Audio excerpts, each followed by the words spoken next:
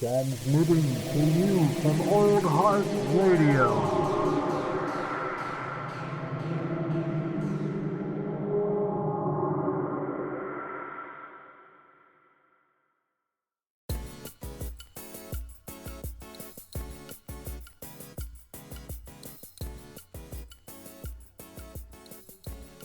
Lift off and the clock has started.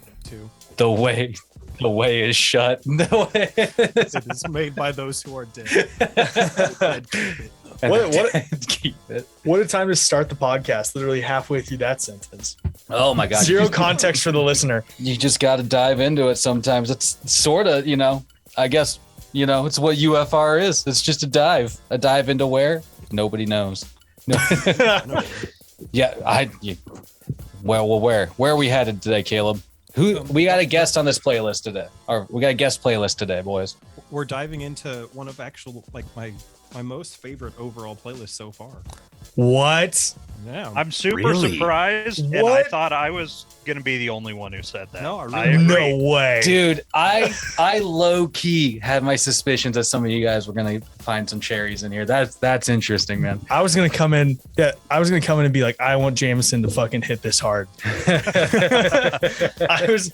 I was rolling on the floor. Who's that artist that you Jameson keeps roasting? Oh, That's God like damn it. Caleb was hoping for one episode. It's never gonna happen at this point. That second episode that I listened to that started with Jameson just outright roasting him. I was on the floor, man. I was like, I got to come on the show. I got to get there.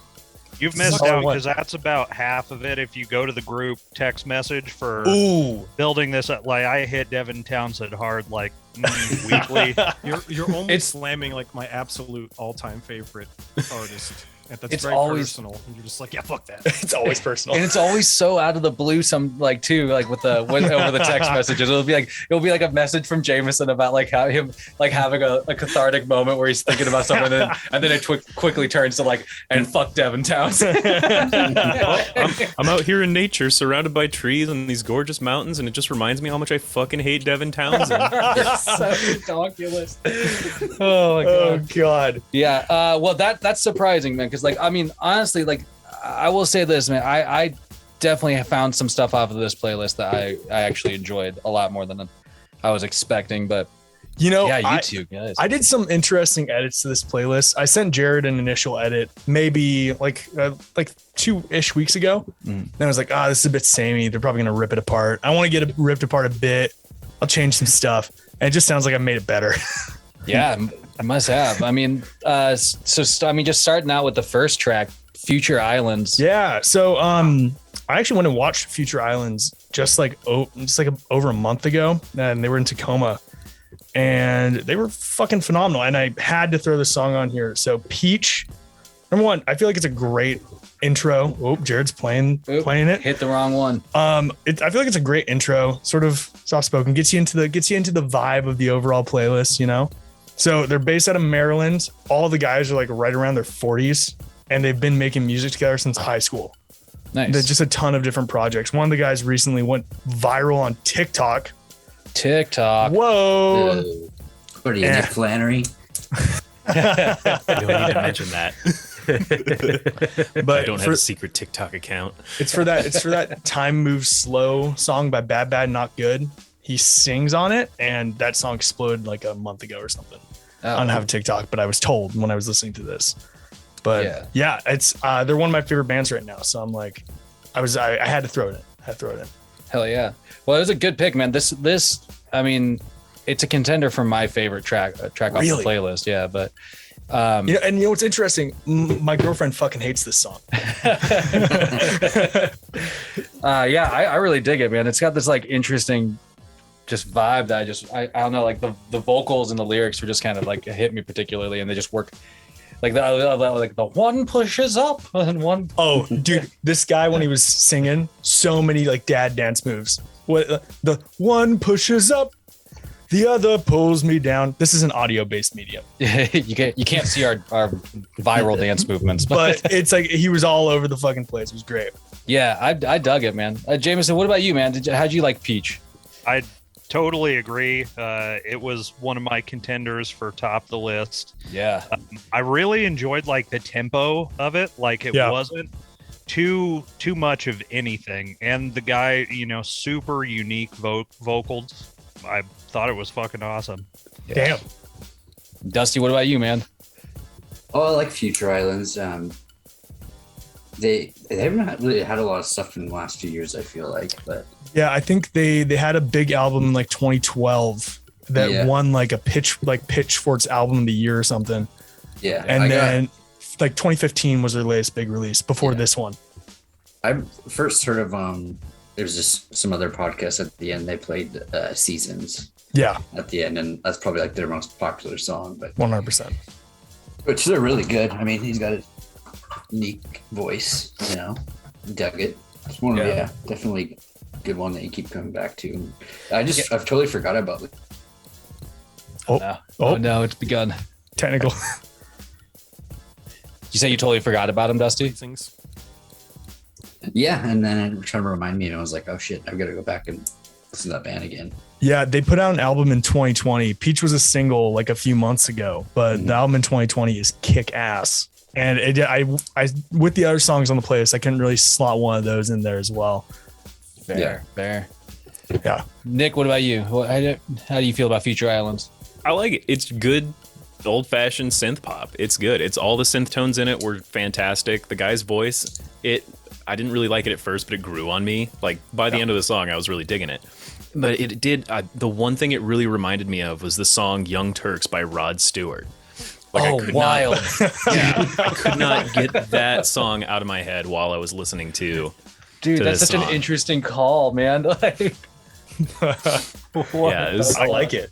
yeah, I get it. I can see it. There's just something about like the chord structure in that song. It just reminded me of Rod Stewart for some reason. I'm not a fan of Rod Stewart. I much prefer Peach. let me put my not gonna foot down lie. here.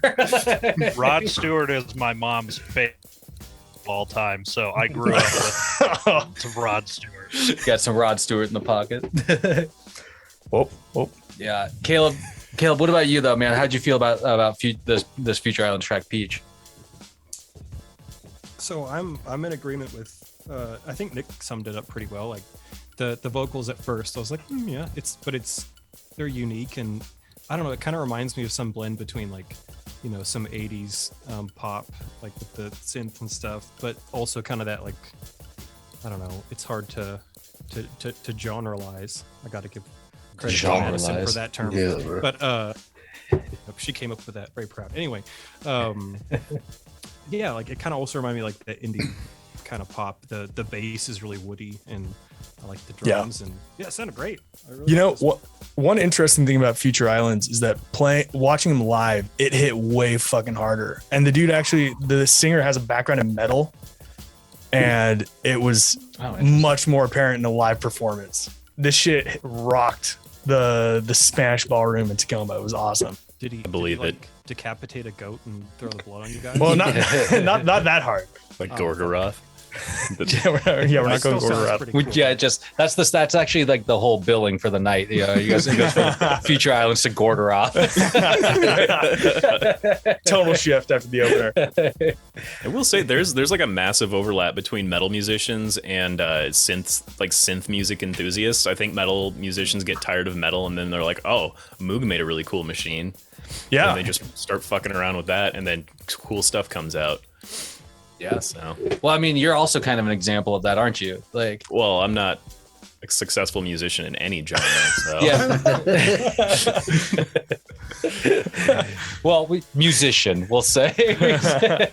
I make music. Yeah, but hold on. But you have a song on Spotify right now, right? Oh, I do. shameless. Is it? shit. We already got to it. It took us about 5 minutes to get to the promotional period of the. You never know when it's gonna happen. It's always a surprise. Jared's a great hype man. Anyways, Yes. for the promo, we need a promo. All right. I have an artist name called String Lights. That was a great way to phrase that. But I have one song on Spotify. It's called The Docks. It's synthwave, very heavy synthesizers, and it just crescendos on some just heavy fucking metal right at the end. So go listen to it. I think it's a lot of fun. I had a lot of fun making it. And Hell string yeah. lights. Just string lights. Quick note about string lights. I showed a couple of my legendary 40-year-old coworkers. Yeah. And I actually got some positive reviews, Nick. So Hey! hey. Dude, Nice. got a little something in there for everybody. Very nice. That's fucking awesome. That's I legit. showed Hawaiian Mike, who's 45 years old and just moved to Idaho from Hawaii. That is And- exactly the audience I'm shooting for. And strangely, he listened to it and he's like, "Have you ever heard of Gunship before? This reminds me of that." So I thought Are you you'd really enjoy serious? that. I swear. God. That's God. funny. Synthwave is man. a small world, though. Synthwave is a small world. Yeah. Okay, well, bringing us to the next track, then it's actually Sign 2. Yeah. Sign 2 by Black Fly. What? I don't have a story behind this. It came up on Spotify. The dude has 850 listeners. And I listened to it. I was like, this is like everything about like my teenage years and listening like really like shitty over the top electronic music and like dubstep. It's worth noting. I don't know how old you guys are, but I'm like 10 years younger than Jared. So like coming up with like Skrillex and like Dead Mouse. And it sort of reminded me of some of that, but better. And I've just sort of been listening to this artist like one album and just for a couple months now, and I really enjoy it. I don't really, I tried to album look from the guy up. Are you talking about the album from that this song is on? Yes, the album that this song is on, which I'm pretty sure is just called Black Fly. But I looked it up and I couldn't find anything. So like I have no idea who this dude is. I don't know where he's from. All I know is they like this song quite a bit. Yeah, that's wild. Yeah, looking at the Spotify, yeah, it's like it got like 850 something like monthly listeners. This is like the only album. Yeah, That's wild. Yeah. I know, it's crazy. He doesn't even have an artist description yet. 2000. Yeah, it's like. Oh, interesting. Yeah, but you know, like I would say, like the Peaches, like I like really love the Peach Future Island song. This one kind of hit and like it didn't really click as much for me. Yeah. Particularly, I was wondering if the vocalist is talking about somebody. So what are the lyrics like right off the I bat? have no fucking I idea. don't know if you guys caught that. It's like somebody talking about what sounds like somebody having a period. And I was like, this is like a really strange way to start the song. I was like, it doesn't sound, the person singing this song doesn't sound like they've ever had a period. Yeah, it's like she missed that time again. She missed that time again this month. oh, really? Yeah. Well, I'm not paying that But much attention to the lyrics. of this song. Either way, like it's got the thing I liked about the song was that it has this fairly consistent like drive to the beat that stays and it kind of keeps the tempo throughout the whole song. It doesn't really like upset it too much. The pace kind of remains the same through, so it's got like And a then decent energy. there's to just it, like yeah. a weird like synth interlude in the middle of it, and at the end, it just hits hard. Like, and it's just fun, you know. That's my take at least. I want to see what y'all think. What about the rest of you, Nick? What about you? All right, I'll pop in on this one. I really liked it. I had this pretty much the same feelings as I did with the last song, except without the Rod Stewart vibes, which was an improvement for me. But I just wanted to point out that groove you're talking about. I think it's actually the law if you're making a synthwave song that you have to make basically the entire thing is just 4 on the floor, kick drums on every quarter note. So that's where that groove is coming from. It's always there. It's just this steady thing. That's something, dude. That's such a good point, man. That's it's just something I've always liked about the genre. Is that like it's like, you know, it's the momentum of the tracks. You know, it's like it's that fucking pace. It's what you're looking for, and when you get it so consistently in a genre of music, it just like I don't know. You just keep coming back for more. You want to because you know what you're gonna be able to get, the energy you're gonna be able to build. But And it's pretty challenging too. Like just it's really difficult to make a beat like that, just 1, 2, 3, 4 kick drums sound interesting, and these guys did a fantastic job doing that. So Yeah. really I good guess point, this man. guy, I don't know if it's one guy or what, but Neither do I. good job. Black Fly, we're listening to you. Now you need to listen to us. It's fair. It's only fair. Dusty, what about you, man? How'd you feel about this song? It was all right. It's similar vibe to Future Islands, you know. Except more electronic, I guess. It was okay. Well, not for me necessarily, but That's fair. The voice is soothing, at least. Yeah. Reminds me a little bit of Savage Garden. Is this the second time you've referenced Savage Garden? Number 2. Yep. Yes. Completely unwarranted comparisons to Savage Garden. What did Savage Garden do to you? Hey man, I think Savage Garden's it's a good standard to hold things to. They've never impressed me. They've never impressed me. On that note, we should Jameson, what about you, man? How'd you feel about this song? Yeah, I put down, and I'm glad that Nick figured it out for us what is good about it, but just a good driving beat that's just gives you that consistency throughout it. And I enjoyed the vocals were just enough. Like, it added just enough to make it a good song without like taking away from the like audio track or the musical track. Yeah, totally. Yeah, 100%. I mean, I think that's why I never noticed the lyrics, is that it was just complimentary enough, you know? Yeah, that's just like 90% of the time I pay no attention to lyrics. Like, it might take me 10 times listening through a song before I start like picking anything up, but I'm just listening for the noise. Yeah. Yeah, I do not pay any attention to lyrics, and that's gotten me in trouble at least. I know. Once or twice. I feel like I'm like one of the. I feel like I can only speak for myself here, but I think I'm the only one on here fully like lyrics are like the thing that grabbed me the first almost. Like it's such a. It's like one of the things that stands out like a sore thumb to me. If there's just like some weird fucking lyrics or it just doesn't make like it's like what are they trying to say right now? The fuck is this? Yeah. Like, The Veronicas. Oh, I will not tolerate any bad mouthing of the Veronicas on this podcast. I just did, and I'm gonna do Ooh it again. ooh ah is lyrical genius. ooh. Well, Cam, before we move on to the next one though, like how'd you feel about Black Fly? So this was actually, I think this was my favorite on the playlist. wow. It kind of, like you guys are saying, it had that nice drive. Took me back to like when I was 19 in like a warehouse in Soto, Papa Molly, I'm sweating and just dancing my face off. Fucking loved it. No, for real though. Like I was just like, this shit slaps, bruh. It's fire. I don't know what I'm saying, but yeah, I liked his voice. I liked the beat. The synth, like especially like at that halfway point at the end, we're just like, I was in my car, I was bobbing. You know, it's one of those songs that I think it gets me excited for what the dude will do next. You know, it's like this. It's sort of a very bog standard, in my opinion, like starting point. I got enthralled with it and I was like, fuck yeah. But I hope if he does like another album, or whoever this is does another album, that it can grow from that and really be kick ass. Yeah. Watch his career with great interest. Yeah, That's for kind an of- inaugural release. This is a hell of a way to do it. I know. That is sort of like one of the fun things is like when you find somebody getting off the ground and like the in this way, it's like being able to watch as like an artist actually grows. Yeah. For a little while is kind of interesting. You hear that, listeners? Go follow String Lights. You should do a collab with Blackfly. Yeah, there you go. Good. Reach out to him. He's- You'll find out that he's like actually just an algorithm or something. I don't know. He might be a little too famous for me. He'd be lowering himself by collaborating with a guy with 41 Spotify listeners. Maybe he'll be like Ultron, controlled by an algorithm, so he can perform live still with his physical robot body. I don't know. You know what? That'll be Yeah. a We're talking- capability that I don't call. even have. I can't perform live, so that's what Ultron can take that one. Ultron can have it.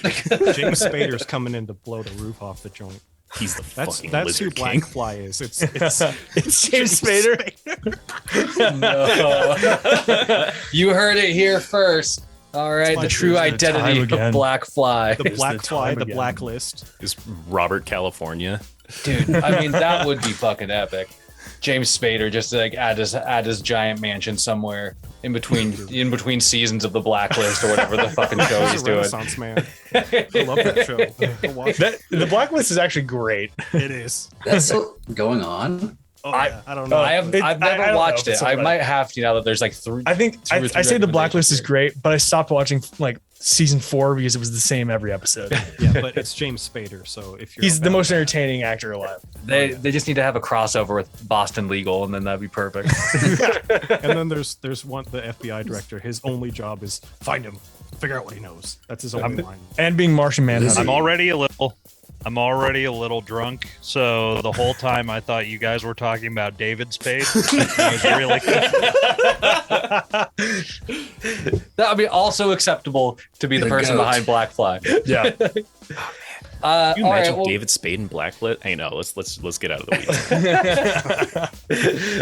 weeds. so next we got a track by Jungle. Yes. Bonnie Hill. Bonnie Hill. I actually went and watched Jungle at the Paramount like 2 days ago, and they put on a hell of a show. Essentially, so it's two guys. Their first album came out in 2014. They do all the production or the bass production, and they bring in a bunch of multi-instrumentalists and a bunch of other professionals that tour with them and do the final recordings with them. And so the two guys, Josh Lloyd and Tom McFarland, they actually have solo albums that are kick-ass and just sort of a slightly different style, usually a bit more experimental type. But this is their third album. There's some East London guys. And I think one thing that's worth noting is, other than them, this entire crew that did this album was totally different. I think just them and the drummer stayed. Huh. And this song specifically, I don't know if any of you have heard of Salt, but they're like a musical collective that blew up over the past few years. They don't tour. They only release albums. No one really knows who they are, other than they're probably already like notable musicians. But they collaborated on this song specifically. So, and Salt. Yeah, it's like SAULT or something like that. But Assault. yeah, Like assault. yeah, Sodium essentially. chloride. Interesting. But nobody really knows who those guys are. Yeah. And a lot of people have actually thought that they are Jungle in the first place with some other artists, but Just they're Daft Punk. yeah, maybe. You don't know. Sort of like they could be Black Flag. It's all Banksy. Yeah, it's all Banksy and David Spade. James.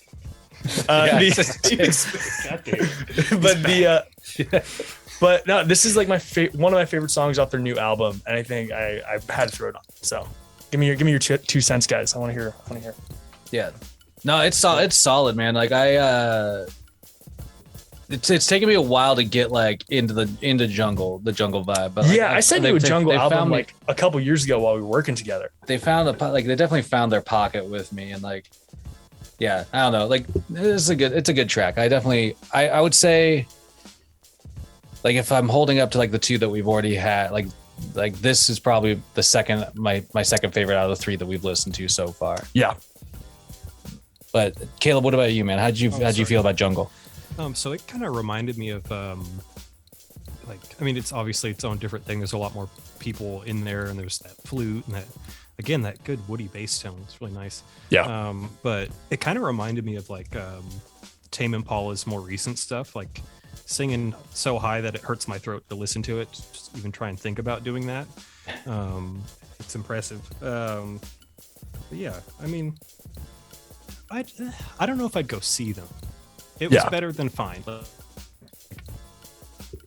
respect, because it's, it's well written, well performed, but it's not exactly my. And see what's going on. I feel like there's an expectation for you that there's just going to be a lot more violence at the concerts you attend. Or at least that type of atmosphere. It's just not violent enough for me. Not like people fighting each other, but like the pit. Like hardcore dancing. Yeah. Hardcore dancing is violence. I don't want to do that. Don't forget it, kids. Don't forget. Sacrifices on stage. I'm getting canceled after that one. Jameson, how'd you feel about Jungle? So I like this song too. This starts a run, like in my notes I wrote, like the next 5 songs have really defined and good bass lines that I really like. Immediately I would pick up on that. It's worth noting Really? I play bass, so there you go. Okay, yeah, makes sense. And none of them are like overly complex, but they're right at the front of the music, and it's kind of refreshing to hear that. Yeah. I also wrote down like to take a term from Dusty. I put down liquor cabinet adjacent. Like, this isn't liquor cabinet rock, but I feel like it's like liquor cabinet pop, maybe. Like, I can see that. Yeah, yeah, I get that. it's just like, it's good chill music, and something you could listen to with a small group of friends or something. Yeah, Yeah. I Like dug it. if this is on while like everybody's hanging out having drinks by the pool, like nobody's gonna fucking complain, you know? what I mean? Yeah. Yep. You know what's so interesting, and I mean, if you want a different vibe, there are other albums like it holds thematically the same. But next time I'm on, I'm probably gonna throw some jungle on there from a different album. Their first one's way more electronic heavy and way more in your face, while still having some of that funk element. And it's sort of they've gone a bit more like I don't know, I want to say traditional, but they've started leaning more into acoustics rather than just like synth bass and all that type of stuff. So interesting. Dusty, had you like gotten into jungle? Like at all before like this track? No, it reminds me of Earth, Wind, and Fire. Dude, yeah, it's got some like modern funkiness to it. Yeah, like, for sure. I think they're Little classified Thunder as Cat. neo soul. So there you go. Neo soul. Okay, Yeah. that makes sense. But yeah, I kind of get the I was getting some Thundercat Motown vibes out of that. Yeah. That's a good title. Bee Yeah, that's Gees. interesting, man. But it's laid back. It's not too in your face. It's kind of chill. Yeah. Would Got you that find vibe. yourself putting it on again? Depends on the mood, I If guess. the liquor cabinet's open. You know, honestly, if that's the worst criticism I get this episode, I'm gonna be pissed. But Nick, how about you, man? Like, has jungle been on your periphery? Or in your periphery? Oh, there it is. We got everybody. Oh, That's why sometimes these podcasts take a little while to edit. Oh my gosh, really? guys, I'm so sorry. Jared, we got audio, but no. We're back. Yeah. Going It was back. it, we're it was back, we're back. completely. I'm gonna have to go through and chunk that section. So let's just pretend like I just asked you, Nick, about if you like jungle, if you've been listening to jungle at all on your own before this Right. playlist. No, I've not listened to jungle a lot on my own, or actually at all on my own. This entire side of music is an absolute fucking mystery for me because I have no soul. I've tried to make my own like kind of funk Motown sounding beat just to play along with, just to experiment with some of the instruments that I've been purchasing over the last couple of years, and it just sounded like a really cheap, shitty Redbone knockoff. So I feel unqualified to make any kind of judgments on this genre. Sure. Yeah. There's like we need to get a sample of that for the First- soundboard. Oh, A the genre sample. Yeah, that would actually be a good sample. That's a good call.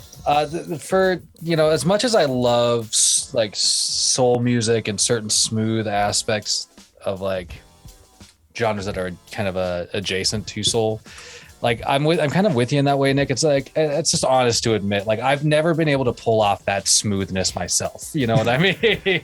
Yeah. Like as much as I would like to, it's just I don't know, for some reason it's hard to capture the funk, if you will.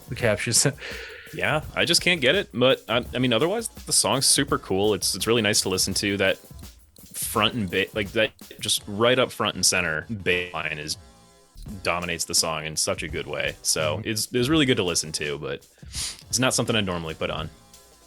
Yeah. Well, then that brings us to the next track. What's the next track? It's actually what? Hematome? Hematome or something like that. It's French. It's French. It's French. I listen to a lot of French music just while I'm hanging out, and I stumbled upon L'Imperatrice maybe like 6 months ago. They put out this album, and it is a super long album, ton of highlights. I could have chosen like 5 different songs to put on this. Yeah. I just thought this one, the distinguishing factor is that I thought the flow was so good. Just like you guys were talking about with the bass line, it led too well into this song. Yeah. They had to choose it. I don't really know too much about this band other than they were established in 2012 in Paris, and they've released like 5 albums or EPs. Like they have a relatively deep discography in their time that they've been around. Huh.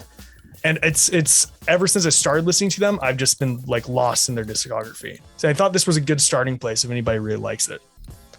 Yeah, I mean, I definitely latched onto this track when going through them.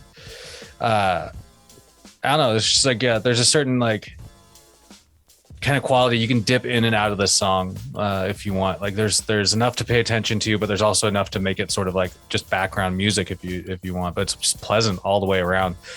I don't know. I definitely like, this is another one that was like kind of in my contenders for top tracks for the playlist. So personally.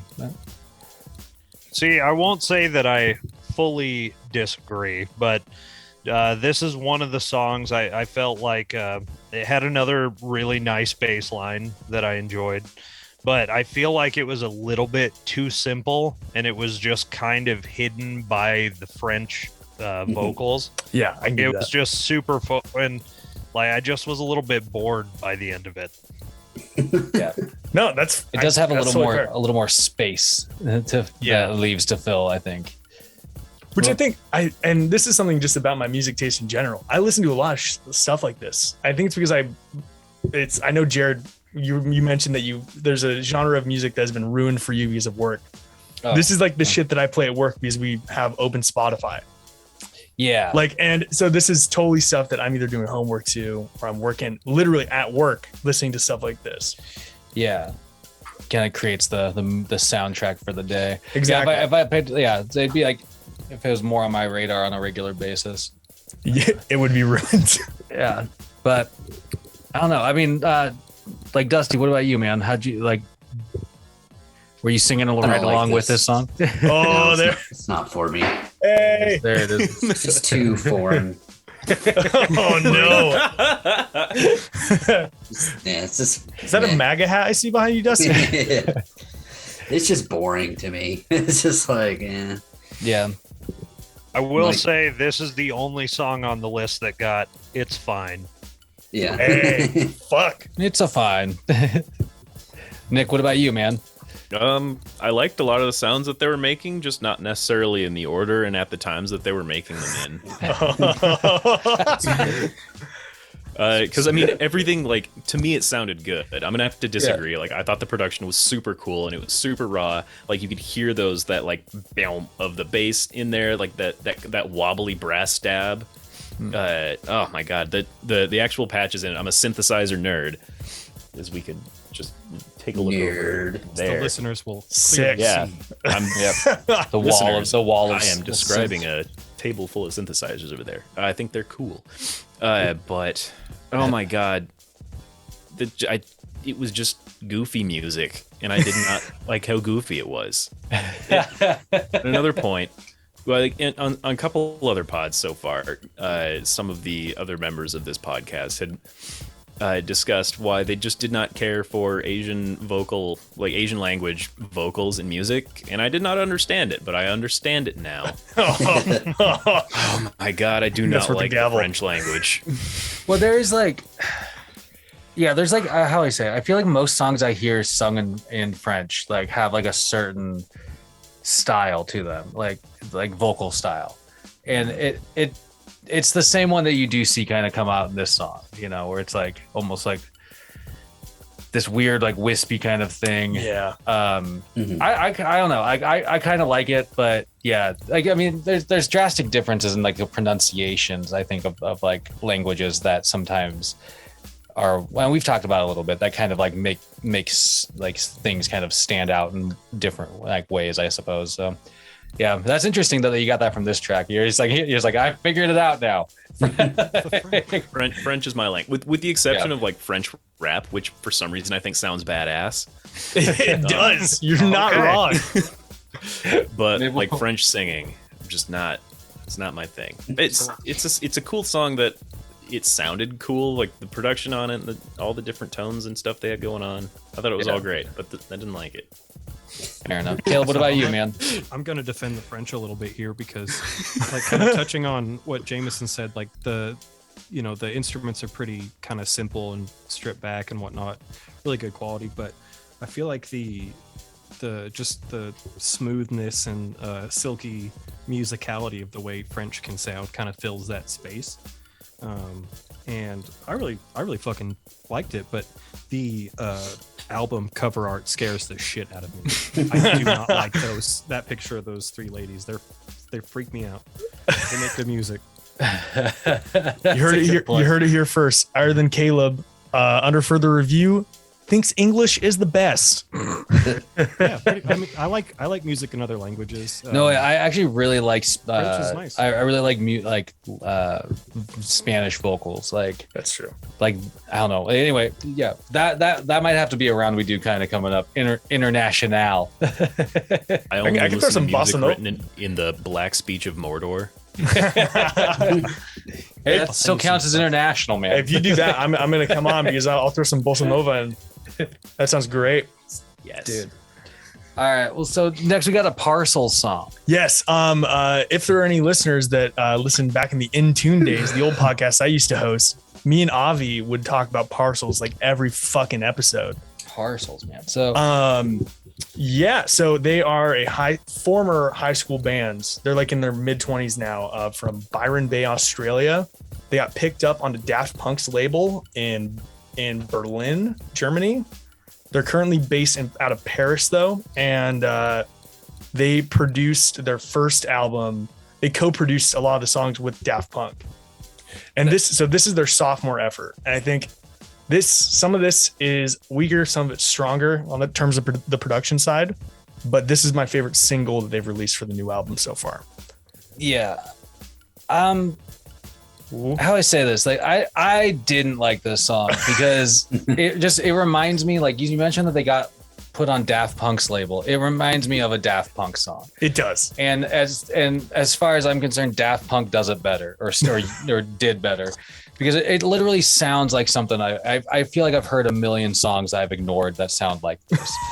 And that's why I just couldn't get in. Like, I don't know. Like I'm like, and I know that you showed me like things from Parcels that I like better, but it's just like, I feel like maybe, the stuff co-produced. Maybe they're kind of like, there was too much influence. Yeah, I get it in this particular track, but I mean, I don't think it's not like Daft Punk. Like Daft Punk's sound is bad anyway. It's just like, it's been done better. Yeah, it's been done better by the people that champion that sound in a lot of ways. But I don't know. That's just me. What about you guys? How do you feel about Parcels?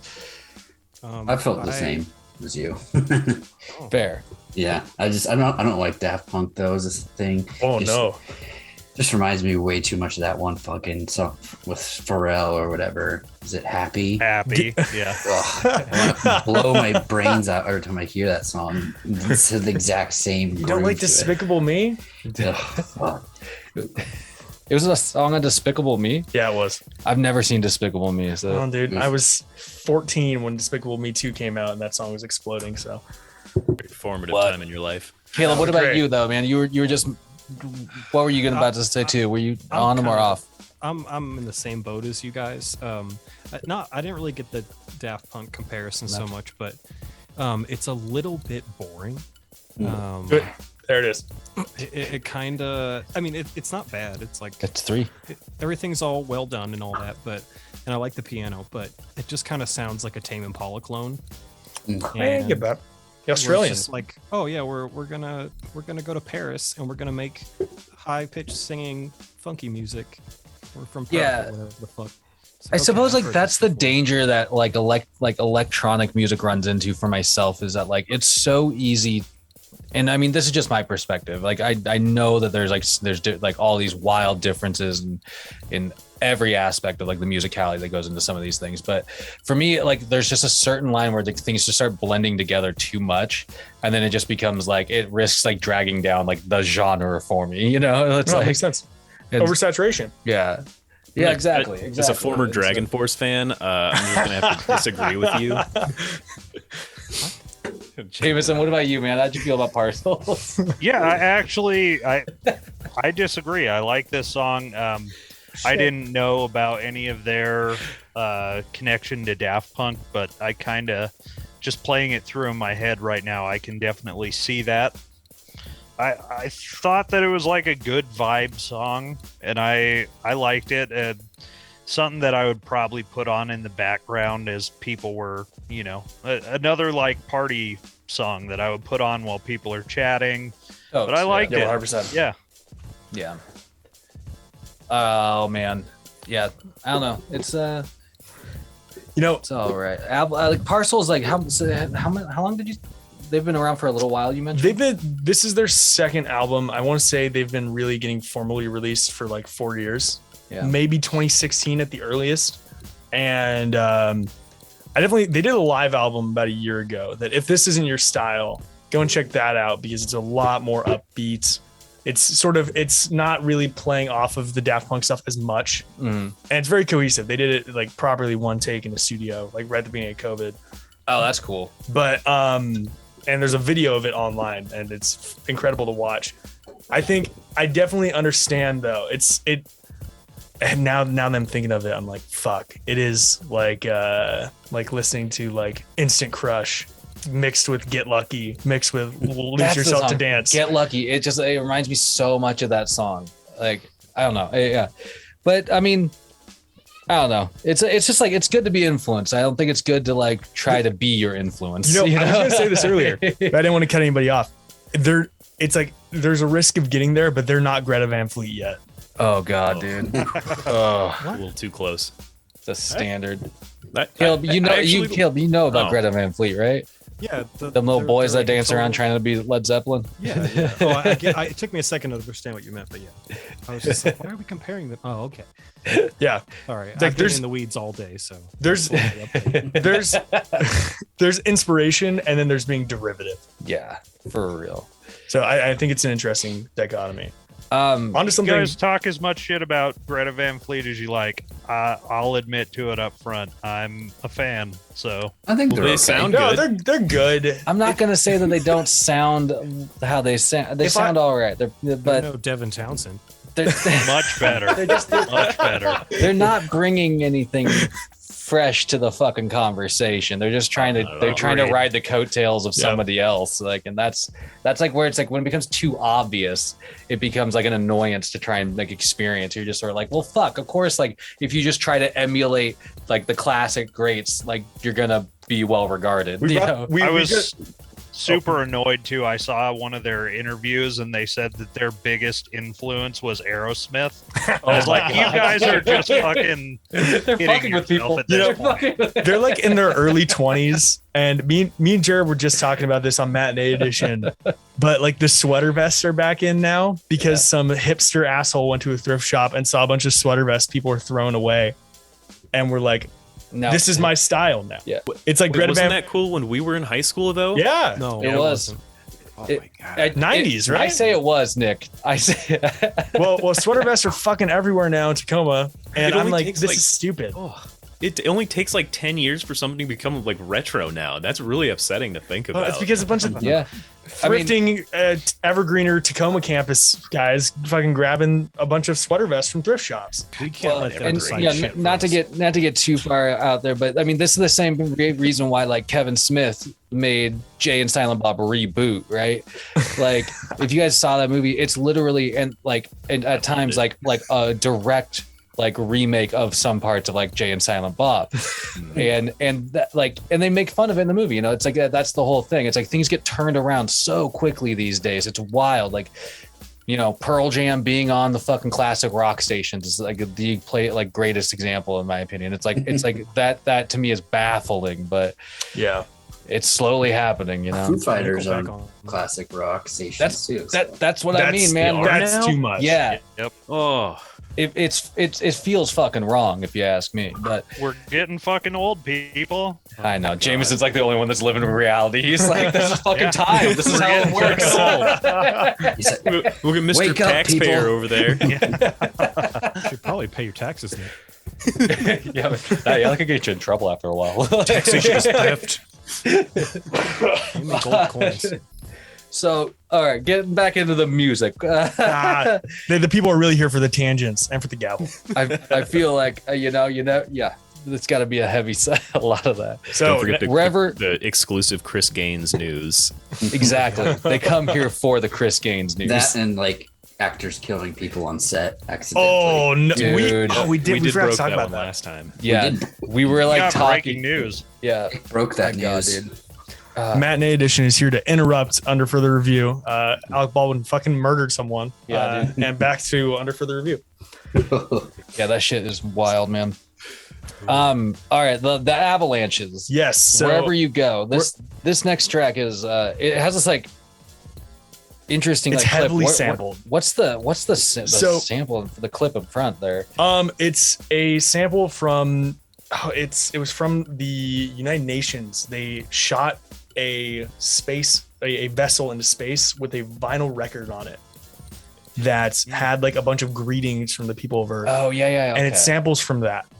So the Avalanches, this album, so the Avalanches have been around since the 90s. They're a production duo, and they've done like a bunch of different style of electronic stuff. Oh, interesting. As of late, they've sort of been like merging soul music with EDM to very interesting results. And their most recent album, like We Will Always Love You, is awesome. I think it came out in 2019, end of 2019. It's what this song's on. And other than this song, it's very soul heavy. And I thought this would be fun. This is a fun song to sort of break up the vibe halfway through the playlist. Yeah, it kind of slows it down a little bit, and then heavily samples. It samples like Magdalena. It samples Wherever You Go, which is a song from the 60s. And about like halfway through this track, though, it just turns into a dance song. Man. I know. It's like fucking intense. Like it's fun. And Jamie XX is an awesome producer out of the UK. And that's another thing with the Avalanches. They're heavily collaborative. And like earlier on this album, Leon Bridges is on it, like as an example of just another collaborator that they use. He's in like 2 songs. Interesting. So like they worked with another incredible producer for this song, and with some guest vocalists, I think it worked really well. I mean, like I didn't mind the change of pace here. It definitely like it got like a little bit dance heavy for me. I'm kind of into dancey kind of music sometimes. But I do think I think where you like just in general, like kind of placing this in the middle of the list was actually a really solid choice because it kind of just like gives you this like moment, you know, like to like kind of collect yourself, get like, and then go back into the second half. I don't know. It's not a bad choice. I kind of want to look in more into the Avalanche just a little bit now, but I feel like if you like this, check out the whole album. It's sweet. It's a long album too. Strangely, I remember maybe like 2012 finding the Avalanches through like Pandora. Their album, which I just looked up, released in like 2000, Since I Left You, is really fucking cool. I think I bought it on iTunes way back in the day, specifically for the song Frontier Psychiatrist. Is really cool if anyone wants to look into it. But with this song specifically, I put down like I got really excited. Like I thought the initial drop in the beginning, the initial sample, I was like, okay, we're going to go on a ride here. And then by the end of it, I was like kind of let down. I don't know. I just I didn't think that it stood up to the initial sample. I was just kind of like ready for it to end by the end of it.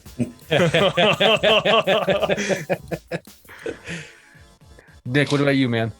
I'm gonna have to admit to some blundery here, but when I first listened to these guys, I listened to them and I was like, oh, that was weird. So I just started like thumbing through like some of the rest of their stuff that I found on their Spotify page, and every single goddamn song was different, like just completely wildly different from the next one, to the point I don't remember what song I was supposed to listen to now because I didn't go back and click the link. That's a gavel.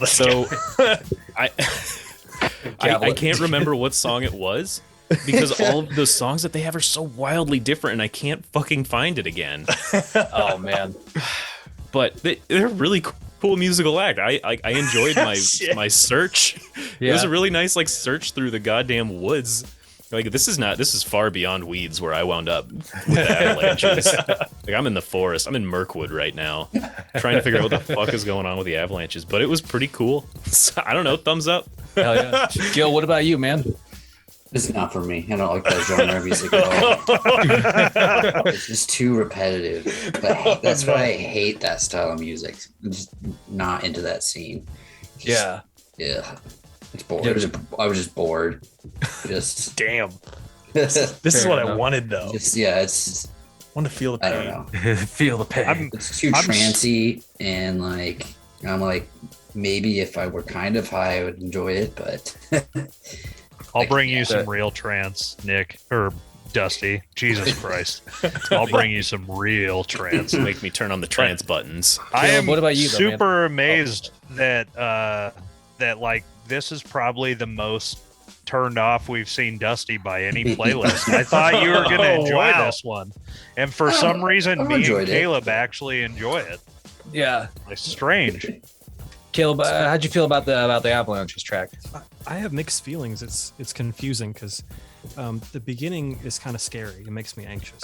And, like there's a lot of samples. There's just a lot going on, and it's kind of like it feels a little chaotic at times. But it kind of that subsided once the beat kind of kicks in and it gets a little more that kind of.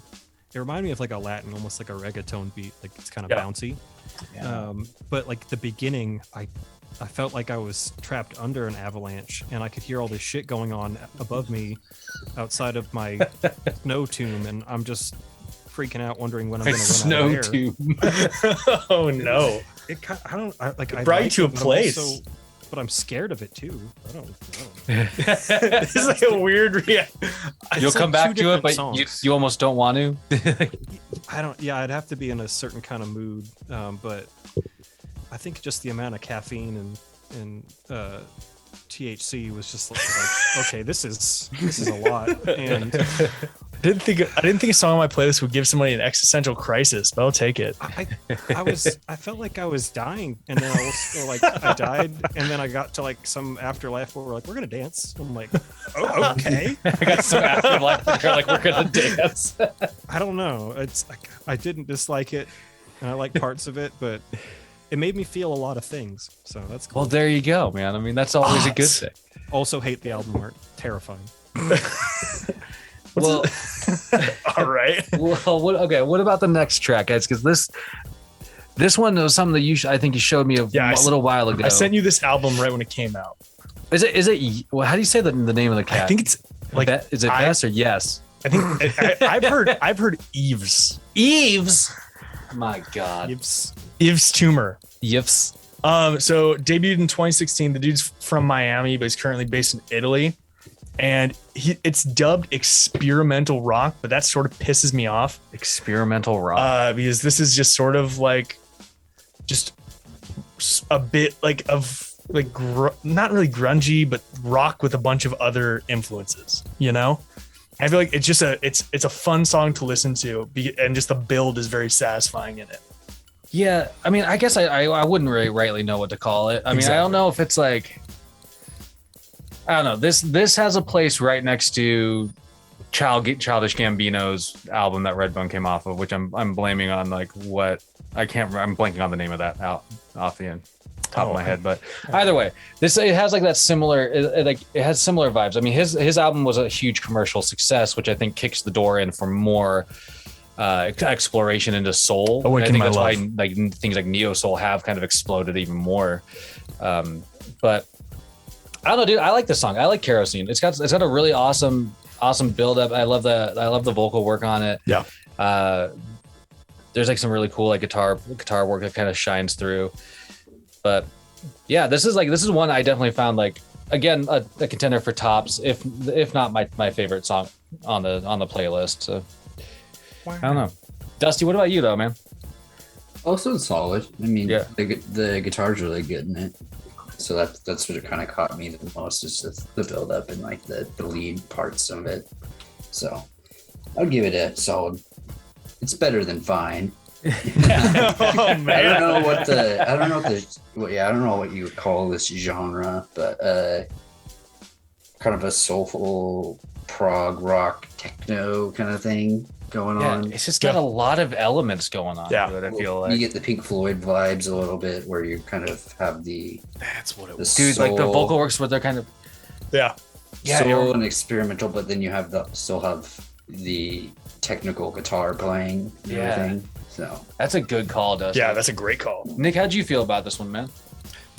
Dusty just took the words right out of my brain before I could even figure them out. But it definitely felt like Pink Floyd to me. Like this is what listening to Pink Floyd feels like for me. So that's the feeling I was getting, and I just could not figure it out until Dusty said it. So thank you. Yeah, that's real good. Overall, it was pretty cool, but I'm not like the hugest fan of Pink Floyd. So, oh damn. I don't know. That being said, that's like he's going to shake your hand and he stabs you. It's my favorite maneuver. It's that bait and switch. That's what makes this whole thing worth it. That was painful. This guy's a Pink Floyd fan. Like the song is fine. I mean, it sounded really cool. I like the lead parts in it. I thought especially whatever his lead tone was, it sounded like really interesting. Almost sounded like it had like a bottomed out octave on it. But it was pretty cool. I've noticed a definite running theme that so far every single one of these songs has had an absolutely just bumping bass line to it. Like these songs. Yeah, you're right, man. Yeah, that's a which good catch. makes a lot of sense. Speaking to what the bass is. For me, it's all about the groove. Yeah, you got to get that stanky face going a bit. You know, really start feeling it halfway through. Hell yeah. Jameson, what about you, man? So let's see. I don't know. Like, I really didn't enjoy the vocal work on this song at all. Like, I didn't enjoy that, and I could appreciate the guitar, but the two mixed together just made it made me a little bit uneasy. Like, it wasn't fun to listen to, and I don't know. It was quite chaotic, and yeah. This might be my least favorite song on the playlist. And that's it. Though, like I am a Pink Floyd fan. Yeah. So I mean, I guess I see the connection, but I just enjoy the vocal work of Pink Floyd better.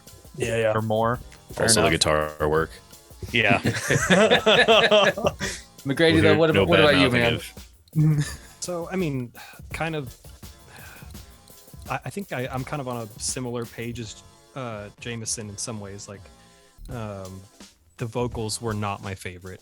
When I first listened to it, when there was like the big kind of female vocal solo like in the middle, I was like, is this fucking like Alanis Morissette? I thought she was trying to be Florence. And it's like, you aren't doing it as good. Sorry, there's only one Florence. Can't fucking leave that as a YouTube comment. You aren't doing it as good. But it was like, I like the build, and you know, the guitar tone was cool and funky bass, and yeah, like I can see the Pink Floyd comparisons, but I liked her voice more, but I really didn't like his. Like, it's bad. I just was like, no. That's great. Most people that I've shown this song fucking hate his voice, so noted. Or it just sent people this album. There's a few other songs on it that were also sort of in the running for this spot. And like they range from being like, there's another song called Superstars that's super glam pop.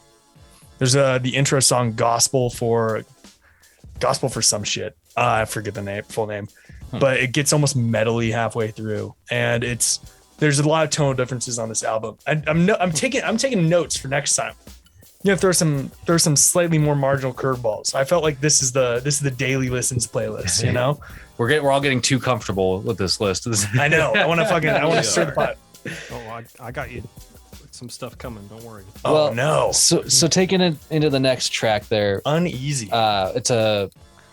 Let's see, Uneasy by Metronomy. Yeah, so it's Metronomy with Spill Tab. So Metronomy's like one of my favorite bands right now. But this album they released only like a few weeks ago, actually. Or it's an EP. It's called Posse, and they just do the production for smaller musicians and vocalists. Oh, so yeah, it's sort of a departure from what they usually do. Tonally, they like produced a song for like a British rapper on this album. Huh. And it's sort of moving away from what they usually do. I thought it was interesting.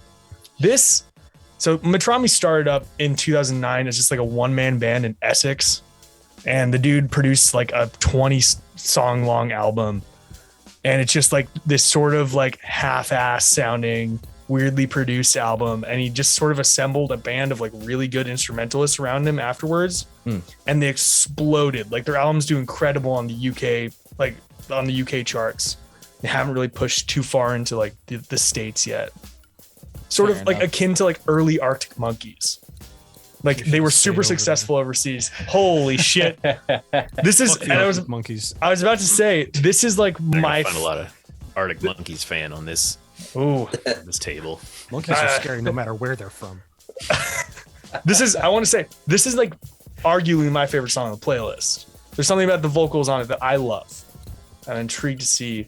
Let's start with Caleb. I want to see what he's. I can see him snickering. Okay, so I liked the drum beat. Like the little hi-hat work staying in the pocket. The bass line was cool, but I did not like the vocals. It reminded me of that that like breathy, lazy enunciation of like William Eyelash. Whom I am not a fucking fan. It's like just be better. Just be better. the first few seconds where it's just like, oh, we got this cool beat and this bass going. That's cool. Sounds like everything else on the playlist.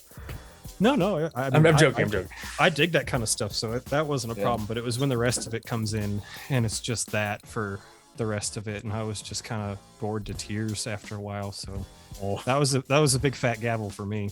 Yeah, I'll say. Go for it, JMO. I totally disagree. Like I found my god, I found the vocals to be like soothing. Like it was just kind of super. I don't know. Besides saying soothing, there's not really any other way to put it. But it was. I really enjoyed it, and I thought it would be another good like party song. It's not something that you're gonna throw on and just listen, but it's great background music. I liked it a lot, and when I say background music, that's not a bad thing. I get it. Yeah. No, I like the bass line, like the bass that comes out through this song. I do think that the dynamics of the vocals are kind of, I don't know, boring is the word that I would use. Like, I guess, yeah, it's just not like, well, I mean, like, there's just, yeah, I don't know. It's just, you hear, you know, it's like, you've heard it before, you've heard it here again. That's just kind of how it felt. But the music is the stuff that shines in this song, like the actual musical and the instrumentation of it. This is why I'm intrigued. If anybody else holds that same sentiment, this is why next time I'm going to throw a proper Metronomy song on it, because the lead singer changes and it becomes a totally different tonality. Totally, yeah. And I've listened to Metronomy in the past, and like I definitely I've liked some of their tracks a little bit better than this one. But definitely again, play like the musical so. like the instrumental aspects of this song are what stand out to me. But what about you, Nick? Though, have you listened to Metronomy before? Probably. No, actually, no, you haven't. Yeah, really? Surprisingly, I've not heard of these guys or guy. I had no idea, but yeah, I mean, I can definitely hear the background music thing. I definitely could taste espresso in my mouth when I heard it, as if it was just playing at a coffee shop. So that was kind of cool. But actually, I mean, I'm on my I think third listen of it right now, and it was actually kind of taking it apart in my head. But I really like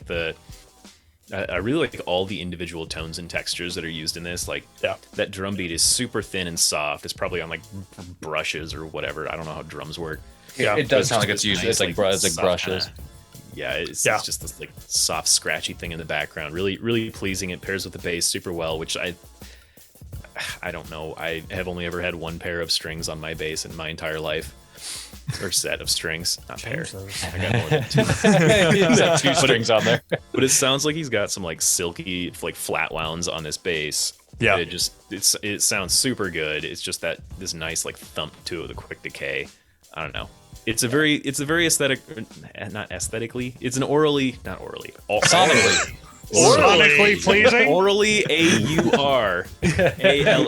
It's an orally pleasing song. That checks out. Risque. Okay, whatever. It's an and as to the vocals, meh. I don't really care or go out of my way to listen to breathy Billie Eilish style soft vocals like that. But it's also really inoffensive. So I think it paired really well with the mix of textures they had going on in the song. So overall, good grade. Yeah, a P. Okay. Well, then that we got to do Dusty though, right? Did Dusty chime in? I'll kind of add on to what Jared's thoughts were, and I really hate where pop music is going. And it probably goes back to Lord, and that was further ruined by Billie Eilish, and it's just, I mean, it's not a bad song. It's just all these new artists are the same because they're all trying to be Billie Eilish. It just annoys the shit out of me. I listen to Alt Nation all the time on Sirius, and every week there's a new. There's the band Girl in Red sounds exactly like a fucking Biba Doobie, exactly the same fucking thing, and it's just like, where does this stop? Yeah. When will our national nightmare end? I want to get off Mr. Bones' wild ride. That's kind of it. It's just like, it's, I don't know, when it's Feist too. I mean, fuck. Yeah, when there's just so much emulating like the same thing, it just it becomes way too obvious after a while what what the common thing is, and then you're just like, wow, like now I'm just hyper focused on these vocals that I don't care about anymore, and it's happening in like every other song. The music's really good. I mean, and if you listen to Billie Eilish stuff, her brother produces everything.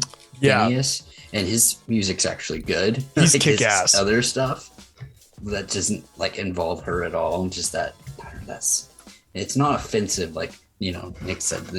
It's just that music there, the way they sing like that. It's all the same to me. Yeah. Just kind of in one ear and out the other. I can get that. But okay, so I'm willing to bet it's going to be. I had one final comment on that thing. I had an epiphany, but it was like the way we think, like we can instantly recognize the sound of like an 80s pop song. Like when we hear it, even if it's something we've never heard before, you can just tell it's from the 80s. Like I feel like that breathy vocal pad style is going to be definitely one of those like dead giveaways of that 2020. Like late 10s into the early 20s, probably. It'll be like one of the signature like sonic identifying factors. It's one of those songs. Yeah, where if you heard a pop song it's one of those early 2000s, you would know it's early 2000s. Whitney, totally. That's early 2000s pop. Yeah. That's a good call. Actually, I want to quickly throw it in there. Toxic is a better song than Stronger. Jared, get your shit together. You know what? Hard agree. You know what? Bitches be damned, okay? Bitches be damned. I'll stand by Stronger any day of the week. I got nothing on the Climb by Miley Cyrus. I'm gonna die on that hill. Okay. So next, yeah, we got a Gorillaz track. Another one of my favorite songs to come out in the past year or so. So the Gorillaz, introduction. We all know fucking Song X or Song 2 or whatever the fuck. And so in this case, they're collaborating with Slow Tie and Slaves. Slow Tie is an incredible rapper out of England.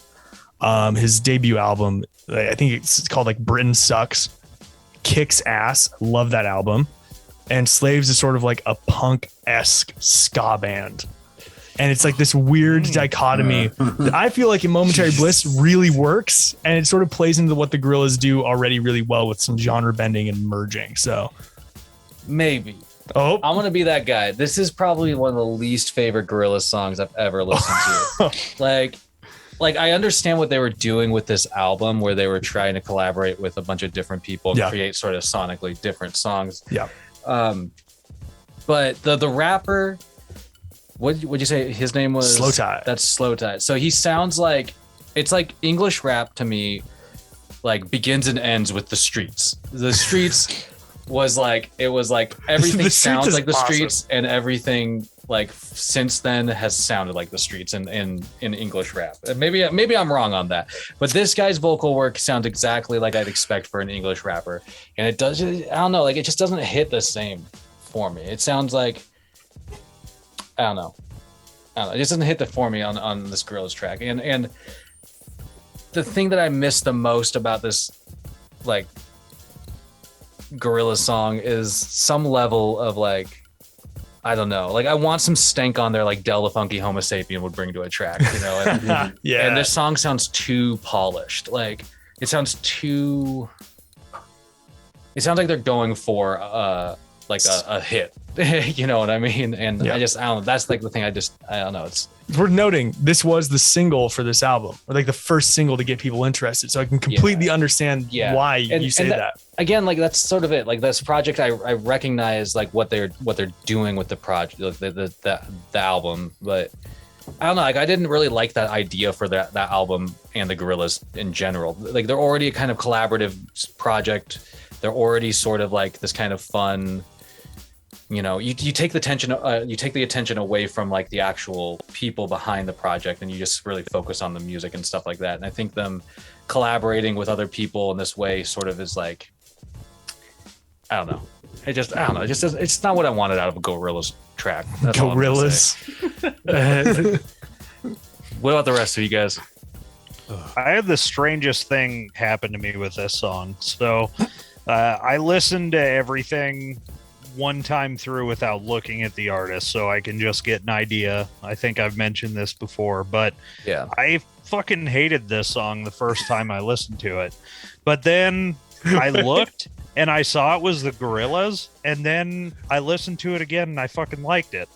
I don't know, like I know it's the weirdest fucking thing, and I don't know, it's some sort of bias or something. It's the Gorillaz, and I'm like, oh, okay, that makes sense. I listened to it again, and then I liked the song. So, Yeah. I mean, I don't know how that worked in my brain, but it did, and I liked it. Yeah, Great. I don't know what to say past that, but I liked it. Jared was reaching for the gavel. Caleb. Yeah, I had the gavel in mind there for a second. I was just like, he's going for it. No. What about you, So Caleb? I have an interesting story about the Gorillaz. I think when I was in the army, I was still like in, training school, and I went and got my wisdom teeth out. And on the way back to the barracks, I was all, high on whatever they put me under with. And the Gorillaz came on the radio. Ether. And maybe. And I started yelling at my drill sergeant who was driving me. I said, "Have you heard of the Gorillaz, drill sergeant?" She's like, "No, I don't know who these people are." I'm like, "What the fuck is wrong with you?" Oh And no. I was just screaming at a drill sergeant. I don't really remember that, but That's not how that works. I don't know why I did that, because I don't fucking like the Gorillaz. You were like,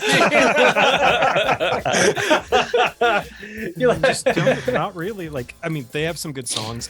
I enjoyed some of what was it, Plastic Beach, I think. Yeah, Plastic Beach is awesome. That was a cool album. But there's a few things I really don't like in music, and you guys are probably aware of them. They are ska vibes. I really don't like British rappers, mainly because I really don't like British accents. And I Doesn't don't your know. dad have a British accent? Yeah, but he's from Birmingham, so he just mumbles.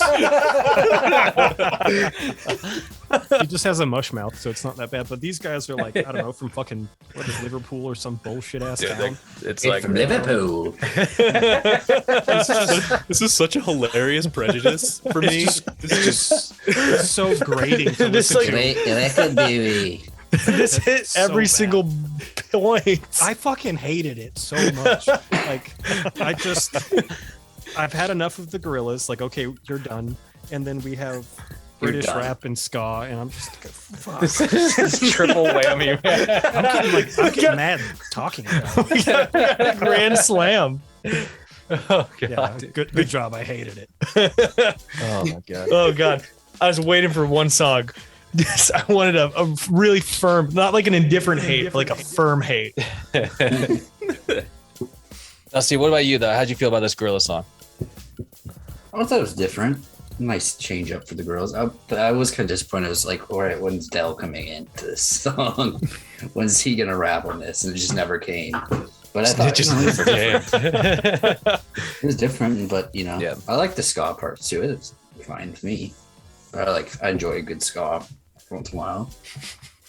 You'll So- dip in the ska pool. Yeah, no You horns. say it like in the way that you'd enjoy nice brandy.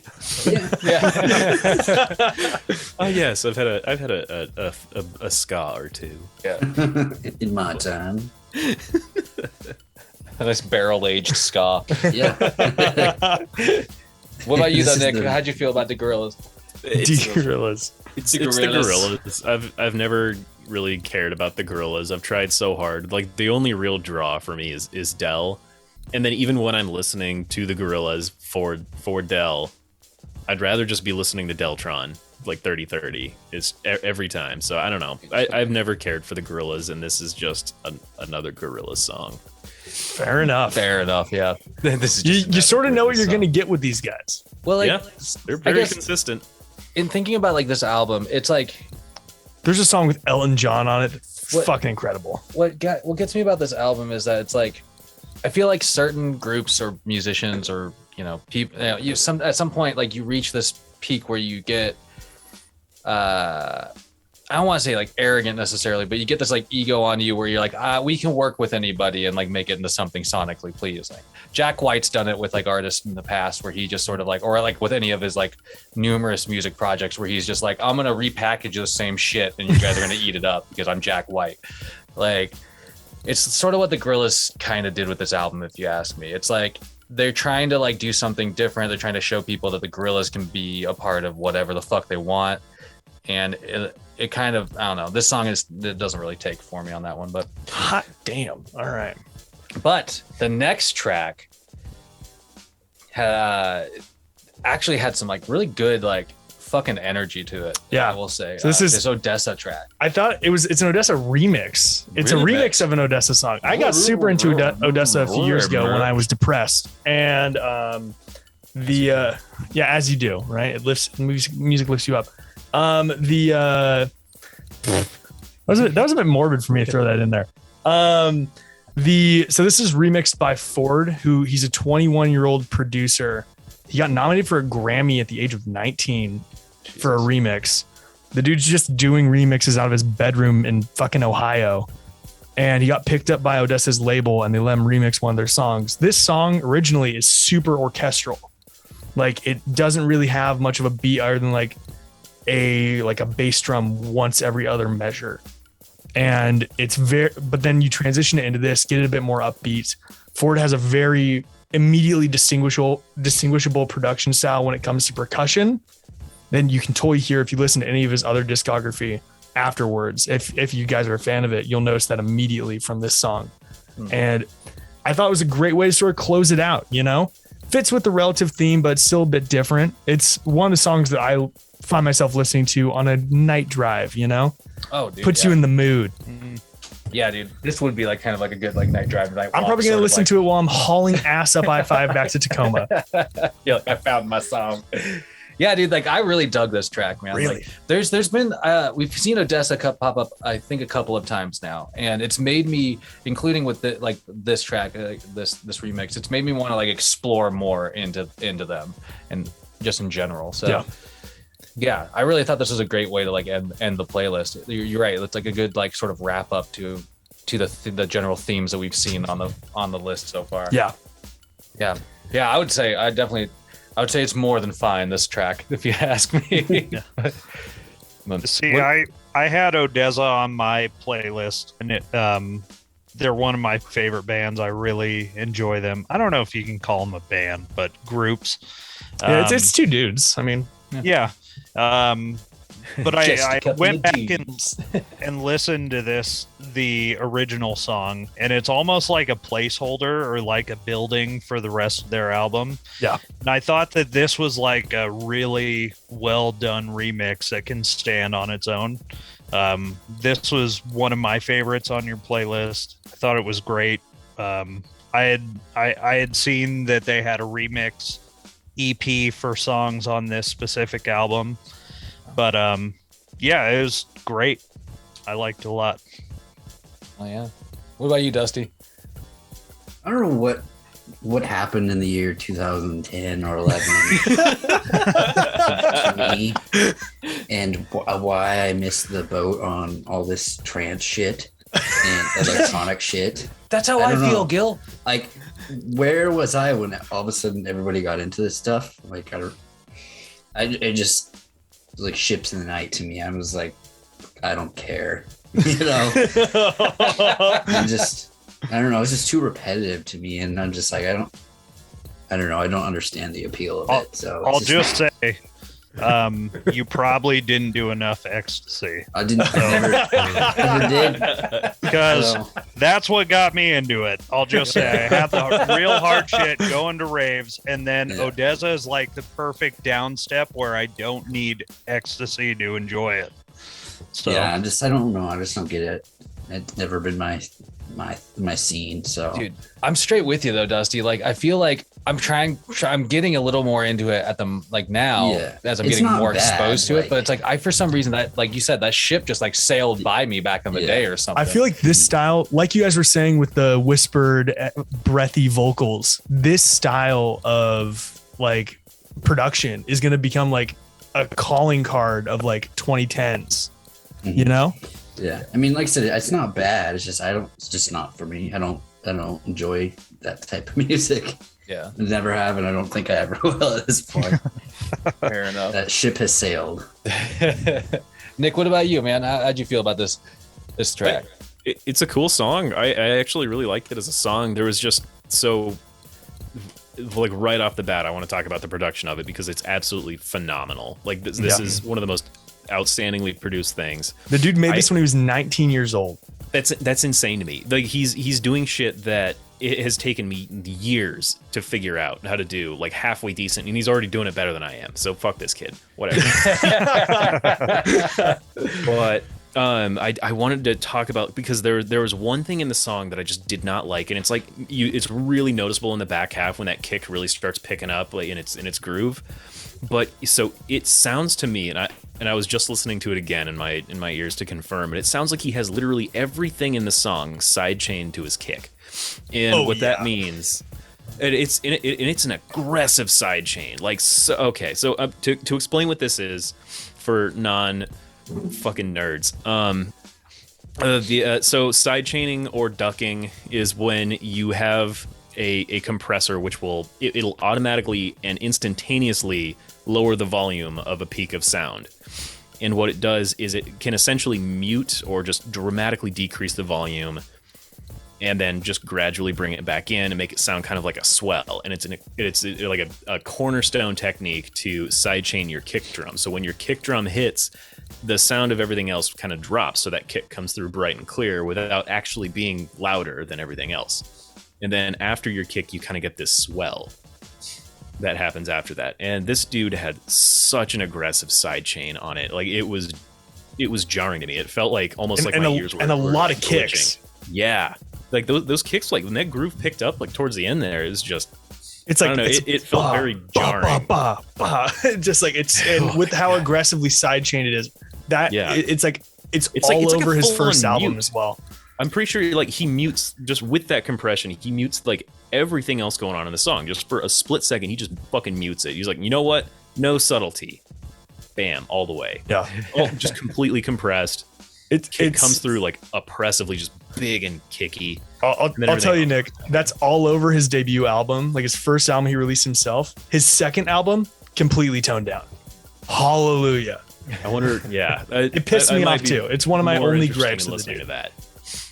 But that was the one thing that really stood out really clear. The overall like song was really fucking cool. I liked all the choices he made with it. Or maybe they were Odessa's choices. I never listened to the original, but it sounded cool. It's definitely worth listening to the original. There's a lot of he really maintains the base points of the original in this, but just accentuates completely it. Different. It's somehow very similar, but also incredibly different. Yep. Well, I'm probably gonna listen to some more of his stuff. Maybe his other album. Yeah, the album that you should check out is called The Color of Nothing. So Nothing. Gotcha. Yeah. Caleb, how'd you feel about this one though overall? So going with what basically everyone's been saying, I got a little something for each of those points. I like the side chaining. I think it's kind of like I associate it with his type of stuff. I'm speaking more of Odessa. Like it makes for a pleasurable like headphone experience. I think it kind of like, I don't know, gives me this feeling in my head. I like that. Nick disagrees. That's fine, whatever. But the forward like aspect of it kind of reminded me of there's a, I don't know if he's like a VJ, but called Pogo, and he would do or she would do, I don't know, but like remixes of like movies like Hook or Lord of the Rings, and just those little chopped up little vocal parts that are in there. I like that, but I kind of prefer Odessa's sort of just like big style a little more but I think it's a cool take on it because it's so different. But you know, like I speaking about what Dusty was saying, like I was on the front of that fucking ship screaming my ass off. Jameson's right too. Like you got to be there and like feel it, like really feel it. Oh, I don't know if either of you guys have been to an Odessa live show, but they're fucking nuts. He's awesome. It's incredible. And actually, dude, I saw Ford at the Numos Theater in Seattle like a week and a half ago, and it was fucking incredible. I'll send Jared some videos. You can throw it in your guys' group chat. But it's just like this awesome down tempo vibe, and I think he executes it so well. This one was more up there for me on overall for the playlist. Yeah, like I haven't listened to Odessa in a while. Like I usually kind of stick with my Seven Lions. I don't know if you guys have heard of him rather, but Definitely not. It's good shit. Dusty won't like it. All right. Well, that brings us to the end of the playlist. What do you guys got? Like, let's go through and give me your best and your worst. Who wants to go first? I'll go. I'll just say, like, overall, top to bottom, it was just pleasant. Even the ones that the song that I will choose as my bottom, I didn't hate. I think Caleb said it before. I think this was my most. This is the one that I had the least issues with, top to bottom. I like this playlist a lot. My favorite, I think I'll stick with the first song, Peach by Future Island. And then my least favorite, Kerosene. Okay. Fair enough. Oh man. I'll jump in there. I'm gonna go off of that, Jameson. My favorite probably was Kerosene. I really dig that track. Interesting. Peach though was a fucking close second, like because like immediately like opening that up with that song, I was just like it hit every single time I dove into like listening to this playlist. My least favorite has got to be it's either got to be that Parcel song or the Gorillaz song. It's probably the Parcel song just because it sounds so similar to other artists that it just makes me feel like they're kind of just like, you know, they're really riding hard on those coattails. But you know, like I like kind of like Jameson said though, man, like in reality, this was a really solid, like enjoyable list from front to back, which is like, you know, there's not like a lot that like stands out and like is like jarring. It all just kind of flows really well together. And so, yeah, in terms of like crafting like a playlist, it's like a really well crafted list. Like mine are always such a fucking hodgepodge of like, here's a track here, and then there's a track right next to it that has like, it just like so adjacent. It just, I don't know. Yeah. So I really appreciate the smoothness of how everything transitioned and kind of like flowed into one. Thank you, sir. Oh, yes, doctor. Yeah, what about you, Dusty? I'll probably say the Future Islands one's my favorite. Just remind me of them and kind of made me want to go back and check out their stuff again. Yeah. Hell yeah. At least it's definitely that wherever you go, it's too boring to me. Just not. I mean, none of the songs are bad. It's just a lot of stuff is just not my cup of tea. You know? Fair enough. So, yeah. Fair. What about Nick or Caleb? Who's gonna give us your best and worst? I'll go. Overall, once again, it was a very consistently enjoyable playlist. I mean, I gotta say, I was pretty disappointed. I was really hoping to find some just real bullshit in there, and and I didn't. It was all fine. I mean, some of it's just I'm not gonna go looking for it, but I'm also not gonna like actively avoid anything in this list. Yeah, fair enough. But overall, for my top song, Black Fly was like an instant add to my synthwave and synth pop kind of stuff. I mean, it's really not that. It's pretty minimal effort. Just add it to my synthwave playlist. I'm surprised that's your favorite, man.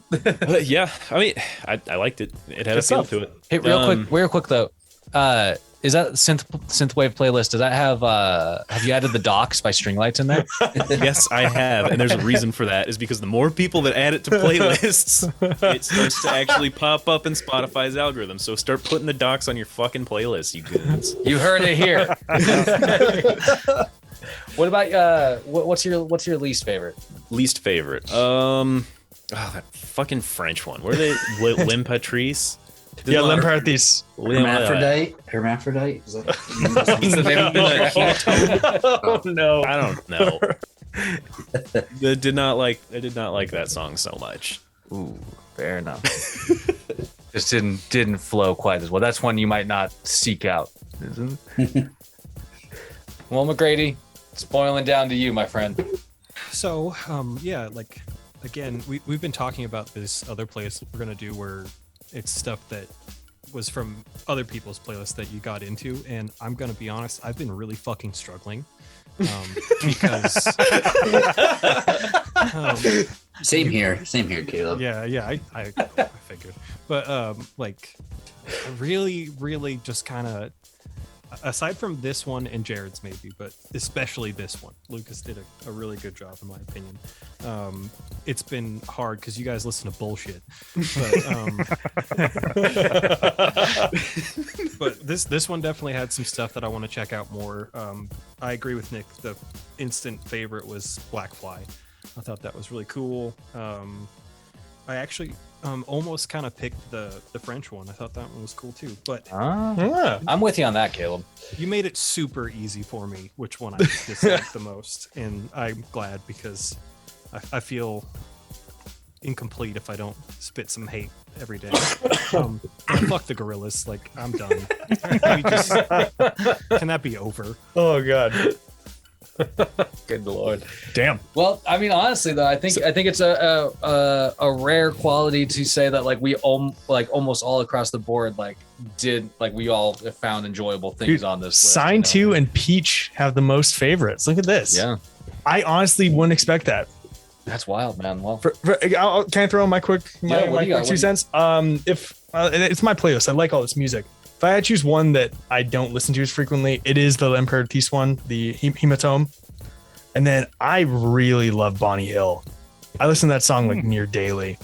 That jungle, yeah. You got jungle fever. I went to that show literally this weekend, so like I can't. That's like. What can I say? Yeah, dude.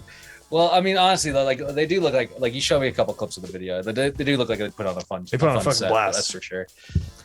All right. But what's the song that you would listen to the least on this list, though? Hematome. Oh, that's what you said. Yeah. Okay.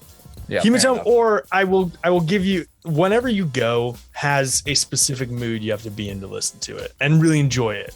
Yeah, that one out of all of them would be the one that like. Yeah, if you're in that mood, it's great. If you're not feeling it, I skip it immediately. You know, like I still like the song though. Yeah. Well, hell yeah, man. I mean, this is a solid one. I really apprecited being able to. I've been taking notes, fellas. We're gonna have a good playlist next time. Hell yeah! All right, guys. Well, let's get a final word in before we dip out. For who's got some? Somebody start it. Fuck. I always struggle so hard. Oh, sure. Fuck. I'll go Okay. fuck. Okay, Jameis has got fuck. I'm gonna say papaya. Daily. Fuck papaya daily. What else we got? Transistor. Okay.